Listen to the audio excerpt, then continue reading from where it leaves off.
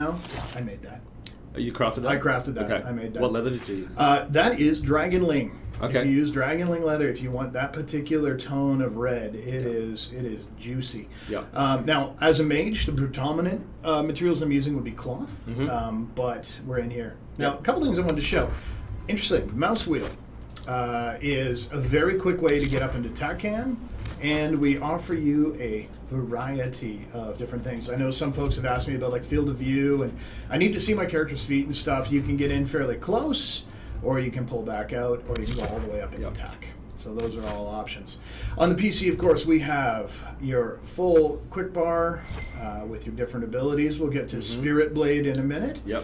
Access to your potions are right there on top, as well as some of our more tactical orders. We didn't actually have these in the previous DAs. No, these are just quick access to fire, exactly. That's right. Everyone disengage. Yep. Obviously, you still have direct control over the individual characters in tactical or in real time as well. Yeah, absolutely. And then your mount, which for a long time said summon pony. Yes, but yes, it did. Just as an interesting development thing, and the first ever mount that we created had flaming like flames running down its side. Yeah. So there you go. You've got a what? That's the. That's the heart. Yeah. That's the heart. So the heart is particularly amazing because it tends to sound like a broken trumpet when you make it gallop. Yeah. That can be pretty. We've got a bunch of different mounts, and I still haven't seen all of them. Well, why would you? The big Juffalo thing with a big ass. Oh yeah. It's got this big, enormous lumbering butt. Yeah. Notable. Some people have asked about this. You know, can I sort of like clear obstacles? Yes, you can. The mounts can jump when they're riding. It's pretty hostile out there, so I'm not going to take poor Horny. Horny. I don't know if that's actually what I call him. Probably not. I'm gonna. Well, yeah. I'd want to name my mounts Glue. Just every mount call it. You're Glue. A terrible person. You're an absolutely terrible person. Okay. All right, we'll hop off. Anyway. So do you want to? Some of your characters, some of your party members haven't leveled up, right? So do you want to buy a couple of abilities and then show the guys? Yeah, let's go dig in for a little bit on character records and stuff. All right, so we want to talk about let's save Knight Enchanter for last. So I'll switch characters again, mouse and keyboard. So let's go Bull. Let's see what Bull's got here. All right, so I can dig into my talent trees, back out. You'll notice this is quite different from any level ups we've shown on console. In that we have your slots, and it's very, very you can just drag and drop. To drag and drop. You can also go with an ability and say, I also want this on 6. Pull it back out. All those kinds of things. And when you're moving around the talent tree, it's as simple as hovering to get all your information. You grab it, move it around, very much like moving a thing here. Now, I've actually built Bull a little bit defensively. He's got block and slash, which on PC controls is a toggle. You basically enter a mode where you're blocking, and then you'll counterattack, like shield wall, exactly. So it's it's like a sustain. It will burn your stamina slowly over time. As you play, but the counterattack can be upgraded to knockdown, and it can also generate guard, which we talked about. As we go through here, shattering the ground and so on, those are all very nice. I've also given Bull a nice chain pull to make sure people come in. He's often behind guys because I have Cassandra acting as my tank, so we'll give him hamstrings so no one can run.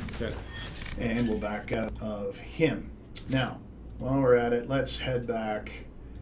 Let's head back and take a look at our enchanter. So I've gone pretty heavy on the barrier route.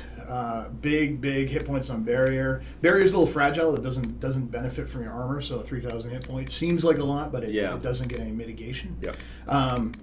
Some bonus stuff to keep me alive. And you can see this is my build being a kind of frontline, high risk, high reward kind of arcane warrior. Mind Blast will drop. Always very useful if you're super useful. Point blank AoE, so and again, my barriers have been upgraded, which makes them more powerful. But if we go through, we head for the elemental. You notice I actually haven't bought a lot of those, and part of that is because when I unlock Knight Enchanter, I respec. You can buy something called the Tactician's Renewal, change out your abilities midway through. There's a cost, but I decided, totally worth it because Knight Enchanter kind of baller. It does. Now, when you respec, it doesn't wipe away your specialization choice, because we wanted the specializations to be far more meaningful and more important to the story and to the particular character that you're playing. So it will wipe the talent choices within that specialization, but not the specialization itself. Yeah. So some really notable callouts here. Spirit Blade is, we'll show that off in just a second. This is where the enchanter turns into a melee monster, going in there and swinging big wide arcs of energy blades. You don't equip a sword; you basically always have one at your disposal. Right. Also, very powerful. Nothing feels cooler than when like a giant throws a giant boulder at you, and you basically fade out of existence, wham, and then you fade back in. And this is their focus ability, Resurgence. This is the big heal. This is get the whole party back up, heal over time, res if needed, everybody to full health. Again, this uses focus, which if we pop back out here, you can see focus on my bar across the bottom, and I have focus at level 1, and it's pulsing, which means I could use that ability right now. Now, what does that look like? Well, if we go kind of insubstantial, kind of an ethereal form, doesn't last very long, quite powerful. But it's enough to get, Yeah, and it will let people run through, you can run through people. So if you're surrounded, you can use it as a get. But then, of course, boom. No. Is that what you're trying for? That's a big blade of... It is. It'll hit multiple foes. Anyone along the arc that it travels, it will hit. Now, you picked an upgrade as well of this. I have. I don't know. Sorry, I haven't picked up on this one, but there is one available, which is essentially the ability to reflect projectiles. So if you have an enemy throwing a fireball or a dragon doing the spit, you can actually woof it right back, and it will reflect back at them and do damage to them as if you'd cast it. So before we progress too far in, are you able to show them a little bit of customization of the bar at the bar? Oh, sure, Can it be expanded to a bigger size or shrunk to a smaller size? The bar is a fixed size. So part of the core design we wanted to go with Inquisition was that you needed to make decisions ahead of time. You wanted to be focused. You wanted to decide on a build for your character and how you wanted to have them. So we've got the full slot of 8, all your potions, all your abilities across here. We talked about that a few months ago. We did, I know some people are kind of worried about this. Again, I'm playing at a very high level. I already have all my abilities mapped in. And we go through. But it is really a good way to focus your character in on, say, a melee-orientated mage, like the Knight Enchanter. And similarly... and picking the potions as well is all part of that. How you craft your equipment is part of that. So it's all about defining a role for yourself and creating the right sort of build. Yeah, exactly. So I've equipped out a regeneration potion. I'm going to restock it. That's actually going to consume my elf fruit as I do so. But the healing potions recover as soon as I return to any camp and rest. I would come back at full health. As a mage, I may want to look at a Delirium potion because of magic. Gives me a nice boost. Poisons you can apply to anybody. Now rogues can get access to kind of a corrosive poison all the time, but this will open that up for every class. And the famous jar of bees. And the jar of bees. Everybody loves a jar of bees. Huge attraction for multiplayer. I recommended it. The jar of bees is very fun in multiplayer. Again, you're only carrying so many of those, so you got to use them pretty tactically. All right, so we can mix it up. We'll head out into the Emerald Graves. Now this is honestly one of my favorite areas, just for the color palette. You can see the light just shimmering down through the treetops. It's times like this I want to go fly to Sweden just to hug the dice engineers. These guys know their craft. And so the vegetation is so cool, and so much wildlife in this area as well. So I will insist that we kill some form of small cute wildlife. I guess since we're playing Cameron style, sure. Now here's a fun thing. This didn't actually exist before in Origins, so. If I want to, I can lock onto a character and actually get a good sense of their statistics. So we have a level 12, how healthy they are, and I get this little health bar across the top. Once we engage. Now here's the thing. I probably want to pause. Yes. Now, this is something that's actually not possible on console. This is kind of a unique PC experience. Now I've mapped it to spacebar. You can remap all the keys, and we'll actually take a look at options in a few minutes. I wanted to get a little fighting in because I've been looking at screens too long. But you can pause without having to enter into tactical mode. But while you're paused, you can switch up into tac cam, switch back down. You can also use your mouse wheel to get the same effect. Pull in and out, and focus on your foes. You can select your targets. You notice a nice highlighting. This comes forward from DA2 where you could easily go, oh wait, which one am I? Oh, the one behind, the one in front, the one behind. Nice and clear. It is. Try to make that nice and easy. And when you are in TAC-CAM, of course, ground rings come on. You can actually make that active all the time. Aha! I love the ground Good job, TAC-CAM. I actually wouldn't have noticed that archer otherwise. Now, on consoles, just to call out some differences, this cursor would be how you make your selections. That's right. On PC, you have a mouse, so you can make your selections accordingly. Set your targets, choose who you're going to attack. You can set up your, that guy's going to be running, so I want to try and get a little bit ahead since they're in theory going to come in. And at any point, of course, I can restart time. Boom. Oh, I missed him. So we have this guy on fire, so we're taking damage over time. Yes. There we come in. Now, I of course want to prepare. Bit of barrier? Bit of barrier, because honestly my character is basically built for barrier. We'll do that. Now, the whole party gets their barrier, nice preventative damage. Yep. And since I have this young fellow right here, right in my line of sight, I think I'm going to target him. So you're going to get anyone to... We're going to get the spirit blade in. Oh, so Cassandra just did some training. Yes, she did. Yeah. Cassandra will grab her aggro, go through. This allows me to be kind of a melee focus party. Yeah. Incoming arrows. Go ahead, fire that arrow at me. Oh, nope. I timed it wrong. Okay, yeah. Well played, sir. Anyway, I can lose my aggro to provide a little stun. Yep. Across there. Now, again, we have another one of the facing characters. Let's get a look at him. Pulling quite close. Again. So you're stealing attack cam here, but you've got complete control over the camera. I am, actually. Just by moving the mouse up yeah. and down, and I get complete around. control. Yeah. Origins was a fixed perspective. Yeah. This can be very, very useful. And again, on hover, I'm able to get all the details I need. So again, this guy's vulnerable to electricity. Yeah. I'm wishing I had electric staff right now. I don't have by one. Cass. He's taunted, absolutely. In fact, some of the abilities will benefit because the character's in a taunted state. They take more damage, they do all that kind of stuff. But essentially, I want to take this guy down. Yeah, you might as well. But I can catch both of them because his shield won't protect him from a back blast. Resume time, right in, and pop out attack cam, and I'm kind of hurt. Yes. Now, I could heal here. Instead, I'm going to just do a barrier because that's going to benefit the whole party. And it's going to take the same amount of time, essentially. I'm going to focus on this guy as my target, and then we're going to resume time. Lay into him. I've got the camera rolled out a little bit here. And this is one of Bull's leader abilities here. He's created his zone, which is essentially, I jokingly have called it my house. Whenever he's in this space, enemies take more damage. Oh, from him. okay, right. Yeah, so essentially it creates a zone. There's actually overlap. Yeah, exactly. There's actually overlap with an area of inspiration Cassandra has put down. As a commander, she's able to go hurrah and create a zone where again, melee enemies fight here. Now we could have done all of that ourselves, like triggered all of those abilities. Absolutely, by swapping between have characters. direct control, but they're set up. Their AI uses them fairly intelligently. That would do that. Or you can turn the whole AI system off if you want to do kind of note by note control. Now, switching characters. Oh, ho, ho, ho, ho. Look at you, sir. That is inappropriate. We are going to set up an explosive shot. Clicking on the characters will currently auto-center them, but there is an option where you can make it not auto-center if you prefer when you're in TAC cam. When you're in real time, it will auto-center because the camera focuses on that character. Can Bull chain shot that guy, maybe? Pull him over, get him away from... absolutely. So if I set him as my target, go for chain, grappling chain, we'll let time run. See if both I think he's already dead. Oh, yeah. Oh, no, he was just knocked down. Yep. You can't pull a guy who's knocked down on chain shot. Fist up, face down. Okay, looting. We can grab this here, That's nice and simple. materials, Yeah. And again, if I want to search the zone, now we formerly had like hold tab, but essentially this nice pulse allows us to highlight for a period of time. Using the V key, I believe. It's R, but again, all remappable. Yeah. Probably V on your computer. It is V on my computer. Yeah.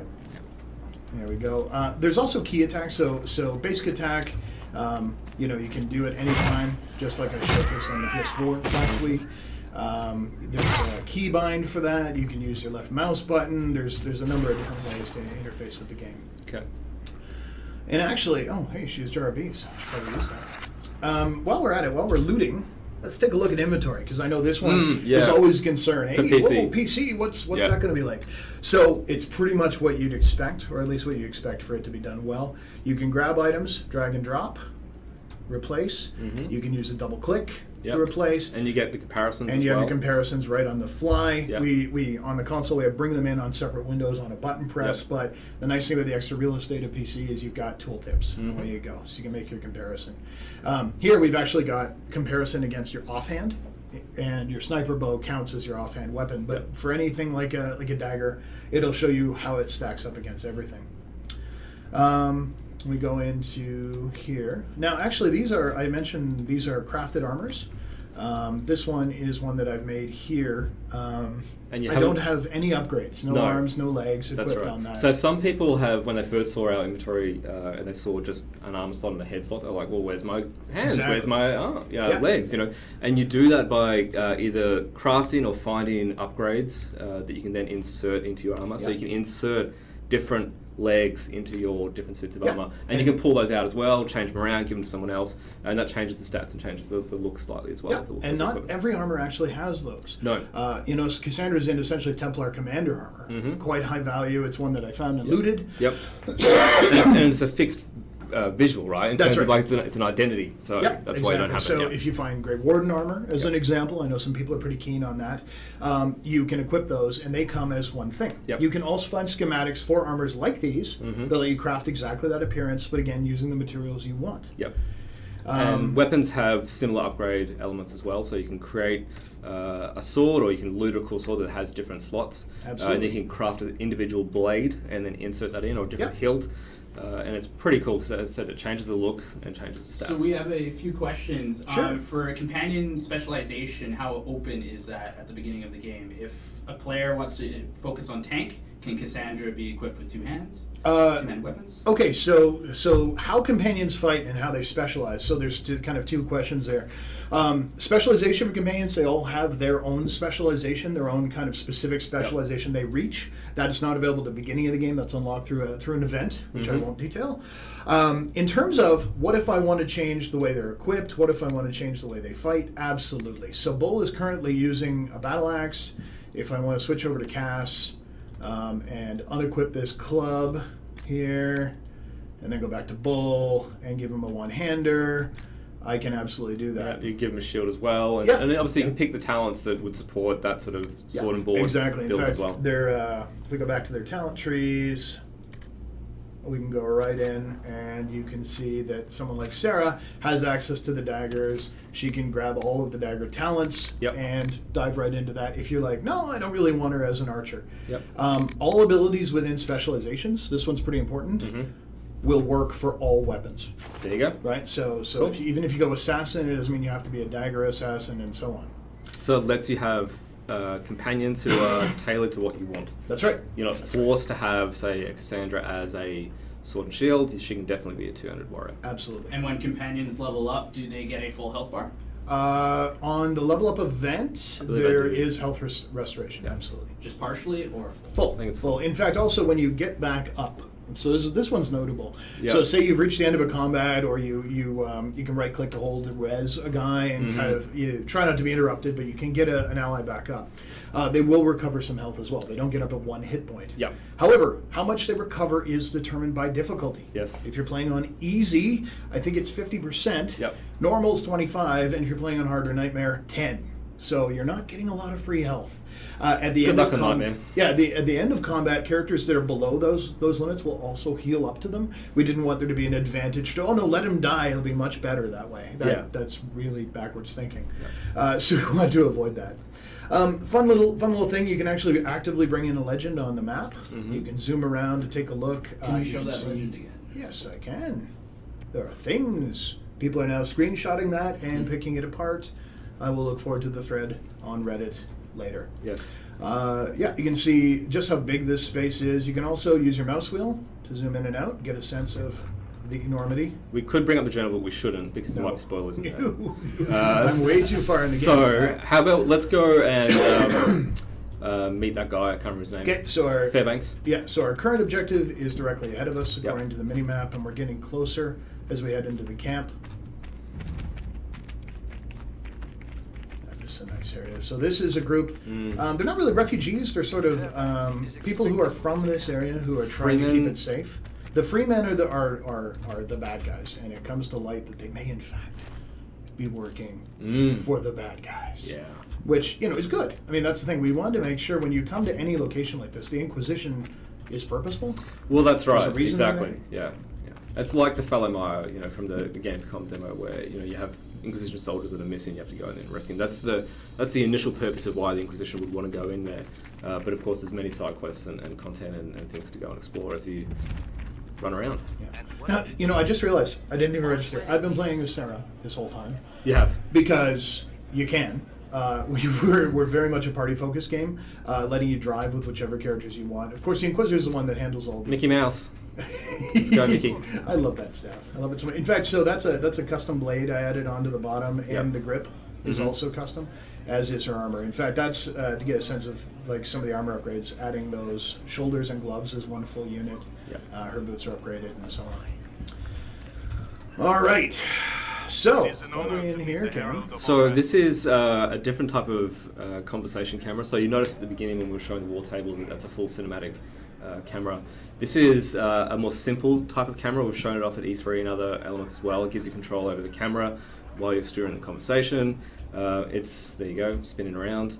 So it's a way for you to get into conversations, ambient sort of conversations, take the opportunities to talk to someone rather than being forced into a conversation. Exactly. So he initiated this conversation. If I had wanted to move on... You could have just kept walking. In fact, I'm going to. And he'll basically say, okay, later then, Rudy. Characters are aware. But I can start talking to him again. Save yourself a little dynamic camera there. Yeah, absolutely. Get a good view of the Mickey. It's awesome. Look at this. Look at the light response. I shouldn't give a shit for the Mickey. Yeah, no, it's cool. It is really cool. It is. I love it. Why should you care about this, you ask? Because the free men are colluding with your enemy. Maybe I don't agree with him. But we should, because... Freemen are colluding with my enemy. Baseless speculation. Okay. Baseless. You're on your own. I won't kill you. The Inquisitor has no time for baselessness. You're just walking away. This is the Herald of Ondraste. Does inventory have limited space? Yeah, so inventory, sure. Let's do a quick look. You have a capacity. Which you can upgrade. Each major item, yeah, you can upgrade it. Each major item counts as this. Things like crafting items, like, oh, I've got some herbs, don't really use up any space. We didn't want to penalize you for carrying too many elf roots. There are so many elf roots. There are so many elf roots that seem wrong. But and things like armor, accessories, and weapons, and upgrades will all use. So these top four will essentially use space. You can also at any time see your crafting materials. Valuables use space as well. And then schematics, armor, and recipes you've collected. Potions. So this is all the different recipes. And you can see what it would take to actually craft some of these, which are my requisitions. We talked about those on the PS4. They let me upgrade my power of my Inquisition. So by getting field tents or elixirs to stop plagues, again, there are things that my canny diplomats can turn into reputation. And while we're here, we got Fairbanks. So let's take a look at actually one last thing, one last menu. We're going to look at a sense of what kind of stuff you can do in gameplay. So, folks keep asking me about this. Friendly fire, yep, absolutely. Available at all difficulty levels. You can turn it on. Makes the game significantly harder and more challenging, but you know what? It also adds a degree of realism. Not for everybody, but if you want it, it's there. Can I turn gore off? Yes, I can. Do I want the game to auto-pause while I'm targeting an AoE? That's an interesting one because I don't like it, so it's definitely a personal preference. Now that affects single player and multiplayer. The game continues to run. We don't want everyone else to have to wait while you line up your fireball. One of the challenges.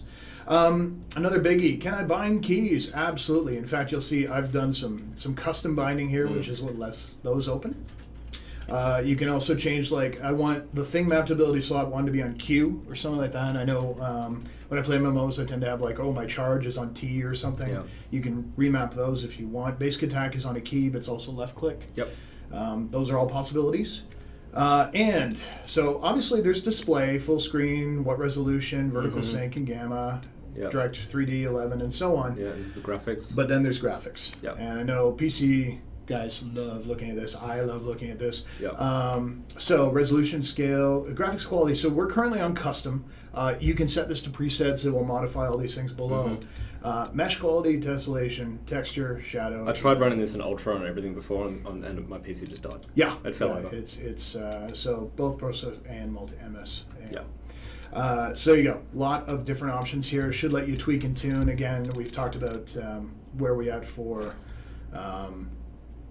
We've only got 10 minutes. We should go punch something in the face. Let's go punch something in the face. You got it. Boo, boo, boo. All right. Onward. I reckon the little villa. You know what I'm talking about? Oh, yeah. I do. I do. I'm excited to talk about. Oh, hey, is that a Grey Warden shield? Oh, that's right. I had Cassandra in all Grey Warden gear for a while. That was kind of entertaining. Yeah. I'm sure she was quite disgruntled. Well, who cares what Cass thinks? I do. I don't. I like Cass. She's awesome. She's a tough lady. She is a tough lady. In a tough situation. Making tough decisions. Toughly. Yes. Oh, you ran the wrong way. But it's okay. Did I run the wrong way? Oh, it doesn't matter. I mean, you can go. It's open, branches, so you can run around. Yeah. You don't guide me. Okay. I could go hunt that deer, I guess, but I'm not like you. You've got to kill something. People, no, other way. Turn left. Oh yeah, right. Sorry. Whoops. That's right. I was heading out to the camp. Yeah. Can I jump? Yes, I can jump. There we go. I was fiddling with keys. Okay, that deer is not cute enough. We need something cuter. Something smaller, more helpless. You are a bad man. Have I told you that recently? Yeah. Okay. That's cute. Kill that. Right. Wow. Man, look at you. You're so harsh. So you notice there, actually, interesting note is that your oh, and you're gonna kill a deer too. Your non-hostiles are kind of have a blue targeting, but they can be locked on. Yeah. That deer is out of here. Oh no, you got it. Sarah got him. Actually, one other difference between the PC controls. Oh, Ramlord. There we go. So that's research. Yeah, that, you can actually, if you acquire enough research items on any particular creature, be it darkspawn or demons, you can upgrade the amount of damage you do to them passively. You take that back to research. It's also worth experience points, so good to level up. And influence. Yep. So the Inquisition levels up too. Yeah, it's a beautiful area. Yeah, it absolutely is. There's a Fade Rift over there, but let's not do that. We've shown Fade Rifts tons of times. Yeah. Let's get to that villa. What about the level cap for characters? Level cap is a soft cap. Essentially, you gain XP as long as the creature is within a certain range of your level. So there comes a point at which, you know, if you're just going... But killing the Nug will not give you XP. No, it will not. It will not. We are not rewarding Cameron. And I also noticed that when you go through the loading screen sometimes, there's like cards which give you hints. Yeah. And the card that talks about that topic is this cute little Nug by itself. And it's like, killing this thing will not give you XP. I'm like, oh. Just so as you know, Yep. you don't learn a lot by firing your bolt of arcane wrath into a cute little bunny pig. Yeah. All right, let's head over to that villa. It's over here and around to the left, isn't it? I believe so, yes. Yeah. If you pull up the map, you should be able to just tag it anyway. I think that's... Oh, that's something I'm hunting for. No. Derek. There's a rift. There's my camp. No, anyway, keep going and it's to the left. Yeah, it's around there. Yeah, it's around this area. Yeah.